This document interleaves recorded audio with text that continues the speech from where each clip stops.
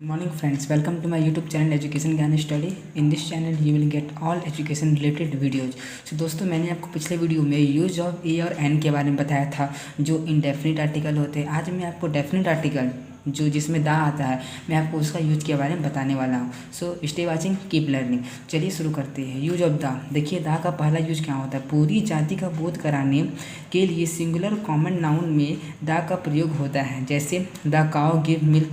देखिए दुनिया में जितने भी गाय हैं सब दूध देती है, तो पूरी जाति का बोध हम करा रहे हैं यहाँ से, इसीलिए यहाँ पर हम लिखेंगे द काउ गिव्स मिल्क। और ये सिंगुलर कॉमन नाउन। देखिए काउ क्या होता है? Common noun. काउ डॉग सब कॉमन नाउन होता है, काउ और डॉग। और ये सिंगुलर क्यों है? क्योंकि यहाँ पर एस या एस नहीं लगा हुआ। मैंने आपको बताया था नाउन में अगर एस या एस लग जाता है तो वो बन जाता है प्लूरल। जो मैंने नंबर का वीडियो जो मैं अपलोड कर चुका हूँ मैंने उसमें बताया था आपको, ठीक है। तो ये सिंगुलर कॉमन नाउन हो गया। तो गाय दूध देती है। The cow is an animal. गाय एक जानवर है। इसमें भी देखिए काउ के पहले दा लगा हुआ है। तो पूरी जाति का बोध कराने के लिए हम सिंगुलर कॉमन नाउन के पहले दा का यूज करते हैं। लेकिन लिखा परंतु पूरी जाति का बोध कराने के लिए प्लूरल कॉमन नाउन में दा का प्रयोग नहीं होता है। लेकिन देखिए सिंगुलर रहेगा तो दा लगाएंगे, लेकिन अगर प्लूरल कॉमन नाउन हो गया तो दा नहीं लगाएंगे। जैसे देखिए यहाँ पर लिखा हुआ है काउज गिव मिल्क। यहाँ पर हम दा नहीं लगाएंगे, दा काउज गिव मिल्क गलत हो जाएगा। यहाँ पर एस या एस लग गया, मतलब प्लूरल नाउन हो गया, प्लूरल कॉमन नाउन। तो यहाँ पर हम दा नहीं लगाएंगे, ठीक है। और यहाँ पर इसका सी पॉइंट लिखा हुआ है सामान्य अर्थ में प्रॉपर नाउन और अनकाउंटेबल नाउन के पहले दा का प्रयोग नहीं होता है। जैसे देखिए राम क्या है? Proper noun. देखिए इसके पहले दा नहीं लगा हुआ है। सामान्य अर्थ में देखिए सामान्य हम लोग देखते हैं कि प्रॉपर नाउन और अनकाउंटेबल नाउन के पहले दा नहीं लगता है। देखिए इसके पहले दा नहीं लगा हुआ है। अनकाउंटेबल नाउन देखिए मिल्क हम गिन नहीं सकते, अनकाउंटेबल नाउन है। देखिए इसके पहले भी दा नहीं लगा हुआ है, ठीक है ना। तो वही प्रॉपर नाउन हो गया राम और अनकाउंटेबल नाउन हो गया मिल्क। इसके पहले दा नहीं लगता है, ठीक है। और इसका सेकेंड रूल बोलता है दा का प्रयोग उन नाउन के पहले होगा जो खास, निश्चित, पूर्व या परिचित हो, जिसका वक्ता और श्रोता पहले से जानते हो, जो मतलब पहले से जो जाना हुआ चीज़ है। इस स्थिति में नाउन सिंगुलर हो या प्लूरल, काउंटेबल या हो या अनकाउंटेबल, दा का प्रयोग होगा। मतलब कि वो स्थिति जहाँ पर हम पहले से जानते हैं, मतलब कि कोई खास निश्चित अगर कोई चीज़ हो जिसको हम पहले से जानते हैं, उस स्थिति में नाउन सिंगुलर हो या प्लूरल हो, काउंटेबल हो या अनकाउंटेबल, हमको कुछ नहीं देखना, उसमें दा का प्रयोग होता है। जैसे घोड़े अच्छे हैं, द हॉर्सेस आर गुड। देखिए यहाँ पर द काउज नहीं हुआ था, लेकिन यहाँ द हॉर्सेस आर गुड। क्यों? देखिए यहाँ कुछ खास निश्चित घोड़ों की चर्चा हुई है, अतः प्लूरल नाउन के पहले होगा। देखिए जैसे मैं बताता हूँ आपको, घोड़े अच्छे हैं, मतलब कि कोई इंसान देखा हो कि हाँ घोड़े अच्छे हैं, मतलब कि पहले से वो जानते हैं कि हाँ वो घोड़े अच्छे, मतलब कि वो उससे परिचित है कि वो घोड़े अच्छे। यहाँ कुछ ही घोड़े की बात हो रहा है, जो घोड़ा वो देखे है वो उसी को बोल रहे हैं कि ये घोड़े अच्छे हैं। इसीलिए यहाँ पर मैं दा का प्रयोग हुआ है। पानी गंदा है, मतलब वो देखे है कि पानी गंदा है, वो पी के भी देखे होंगे, इसीलिए वो बोले कि पानी गंदा है। तो यहाँ कोई इसीलिए यहाँ दाग लग गया। देखिए अनकाउंटेबल नाउन है तभी दाग लग रहा है, क्योंकि यहाँ कोई खास पानी का बात हो रहा है जो पानी गंदा है। कि हर पानी गंदा तो नहीं होता है, यहाँ कोई खास पानी का बात हो रहा है जो पानी गंदा है, इसीलिए यहाँ दा का प्रयोग हुआ है। कलम लाल है, यहाँ कोई द पेन इज रेड, मतलब कि पेन इज रेड। यहाँ पर द पेन इज रेड क्यों हुआ? क्योंकि देखिए यहाँ कोई खास या निश्चित कलम की चर्चा हो रही है। जैसे कोई पेन लाल है, पेन तो ग्रीन, ब्लैक कोई भी कलर हो सकता है, लेकिन यहाँ कोई खास पेन का बात हो रहा है कि लाल पेन का ही बात हो रहा है, इसीलिए यहाँ पर दा का प्रयोग हुआ है, ठीक है। और इसका तीसरा नियम बोलता है जब कोई singular countable noun story, speech, discourse ने पहली बार आता है तब उसके पहले ए एन लगता है या समझा जाता है कि श्रोता उससे पूर्व परिचित नहीं है, परंतु जब उसी नाउन की पुनरावृत्ति होती है तब उसके पहले दा का प्रयोग होता है, क्योंकि तब एक श्रोता उससे परिचित हो चुके रहते हैं। दोस्तों आपको यह वर्ड को पढ़ने से आपको समझ तो नहीं आया होगा, चलिए मैं आपको अपने वर्ड में बताता हूँ। देखिए यहाँ पर लिखा हुआ है देयर वाज अ किंग, मतलब एक राजा था। मतलब कोई भी राजा हो सकता है, मुझे तो पता नहीं, कहीं पर भी एक राजा था। लेकिन अगर हम वहीं राजा के बारे में अगर हम आगे बोल रहे थे किंग वॉज वेरी ब्रेव, राजा बहुत बहादुर था, अगर हम वहीं राजा के बारे में अगर हम आगे उसके बारे में बोलना शुरू कर दें, मतलब इस टाइम ये इंडेफिनिट था, कहीं पर एक राजा था, मतलब ये इंडेफिनिट है।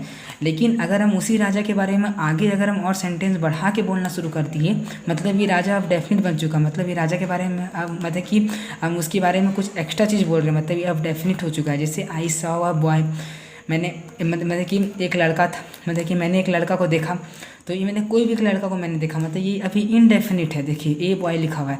लेकिन अगर हम वो लड़का के बारे में आगे अगर हम और सेंटेंस मतलब कि कंबाइन करके बनाना शुरू कर दी, मतलब वो लड़का डेफिनेट बन जाता है। देखिए फर्स्ट टाइम में इनडेफिनिट, लेकिन सेकेंड टाइम में वो बन जाता है इनडेफिनिट। वही लड़का द बॉय वाज स्वीपिंग, उसके बाद ये बन जाएगा डेफिनेट। जैसे यहाँ पर हम दा लगा दिए, उसके बारे में अगर हम और विस्तार से बोल रहे तो वो बन जाएगा डेफिनेट। देखिए यहाँ पर लिखा हुआ है noun plus preposition plus noun. देखिए द टी ये नाउन है प्लस प्रीपोजिशन प्लस नाउन है, तो ये केस में जो पहला जो नाउन होगा उसके पहले हम दा लगाएंगे। देखिए इसका सेकेंड एग्जांपल यहाँ पर आप देख रहे होंगे, यहाँ दा दोनों में लगा दिया, लेकिन देखिए क्यों लगाया। द मैंगोज, यहाँ पहला नाउन के पहले दा लगा दिए, उसके बाद प्रीपोजिशन आया, उसके बाद फिर नाउन आया। तो सोचिए इसके पहले दा क्यों लगाया। देखिए यहाँ पर लिखा हुआ पका हुआ, मतलब कोई खास ट्री के बारे में बात कर रहा है कि उसका वो खास ट्री का आम पका हुआ है। तो यहाँ देखिए ऊपर मैंने आपको बताया था, देखिए कोई खास चीज़ का बात हो तो वहाँ दाल लग जाता है, इसीलिए यहाँ पर भी, इसीलिए हम यहाँ पर सेकेंड वाला के साथ इसीलिए हम यहाँ दा लगाया है। ठीक है, यहाँ पर the Ram of the Ramayana is an ideal. देखिए यहाँ पर पहले नाउन के पहले दा लग गया है। यहाँ पर देखिए रामायण के पहले हमेशा दा लगता है। अभी मैंने आगे आपको बताऊँगा कि रामायण ये सब कोई भी नाम होता है, ये सब के पहले मतलब कोई भी ग्रंथ होता है वो सब के पहले दा लगता है, इसीलिए यहाँ पर दा लगाया है। यहाँ पर I like the sweet of Ganga, देखिए यहाँ पर पहला noun plus preposition plus noun, तो यहाँ देखिए पहला नाउन के पहले दा लगाया है। ठीक है, मतलब ये पहला नाउन के पहले दा लगाया है, और ये सब दोनों जो एग्जाम्पल दिया हुआ है इसमें भी पहला नाउन के पहले दा लगा हुआ है। लेकिन यहाँ सेकेंड नाउन के पहले दा क्यों लगाया है मैं आपको इसका रीज़न बता दिया हूँ, क्योंकि यहाँ पर खास ट्री का बात हो रहा है और यहाँ पर कोई भी ग्रंथ का बात हो रहा है तो ग्रंथ के पहले हमेशा दा लगता है। ठीक है, अब इसका पांचवा नियम है पर्वत श्रेणी या श्रृंखला, रेंज ऑफ माउंटेन के नाम के पहले दा का प्रयोग होता है। जैसे the Himalayas, the Alps, the Vindhyas, जितना भी रेंज ऑफ माउंटेन, जितना पर्वत श्रेणी है सबके नाम के पहले हम दा लगाते हैं। परंतु चोटी या जो पहाड़ एक वचन में, मतलब कि पहाड़ एक वचन में, उसके नाम के पहले दा का प्रयोग नहीं होता है। जैसे माउंट एवरेस्ट एक वचन में, स्नो डाउन एक वचन में, माउंट अबू एक वचन में, ये सब के नाम के पहले दा का प्रयोग नहीं होगा। उसका छठा नियम ग्रुप ऑफ आइलैंड के नाम के पहले दा का प्रयोग होगा। द वेस्ट इंडीज़, द अंडमान्स, ये सब ग्रुप ऑफ आइलैंड है, द्वीप समूह है, तो ये सब के नाम के पहले दा का यूज होता है। परंतु जो द्वीप एक वचन में हो उसके नाम के पहले दा का प्रयोग नहीं होता है। जैसे सिलिकली, सुमात्रा, जाभा, सियक्लोन, ये सब एक वचन का द्वीप है, तो ये सब के नाम के पहले दा का प्रयोग नहीं होगा। और सातवां नियम बोल रहा है नदी, खाड़ी, सागर, महासागर, जंगल या तो मरुभूमि इत्यादि के नाम के पहले दा का प्रयोग होगा। जैसे the Ganga, the Indus, the Thames, the Gulf of Mexico, the Bay of Bengal, मतलब ये सब के नाम के पहले, मतलब कि खाड़ी है द बे ऑफ बंगाल, सागर, महासागर, the Pacific ocean, the Sahara जंगल है, ये सब के नाम के पहले दा का प्रयोग होता है प्रायः, मतलब इस नाम के पहले दा का प्रयोग हमेशा होता है। ठीक है, बड़े ग्रंथों के नाम के पहले दा का प्रयोग होता है। जैसे मैं आपको बताया था वहाँ रामायण बड़ा ग्रंथ है, इसीलिए दा का प्रयोग होगा। The Vedic, the Gita, the Bible, the Quran, the Mahabharata, ये सबसे बड़ा ग्रंथ है, तो ये सब के नाम के पहले दा का प्रयोग होता है। ठीक है, और यहाँ पर 9 में लिखा हुआ है यहाँ पर आकाशीय पिंड, दिशा या जो वस्तु दुनिया में केवल एक है उनके नामों के पहले दा का प्रयोग होगा। जैसे द अर्थ, द सन, दुनिया में एक ही अर्थ है, दुनिया में एक ही सन है, दुनिया में एक ही मून है, तो ये सब के नाम के पहले दा का प्रयोग होता है। द ईस्ट, द वेस्ट, ये दिशा है, ये सब के नाम के पहले दा का प्रयोग होता है। ठीक है, और इसका मैंने आज मैं आपको इस वीडियो में 9 नियम तक ही बताऊंगा। अगला वीडियो में आपको इसके बाद का नियम बताऊंगा, आर्टिकल के बाद का नियम क्या है। So thanks for watching.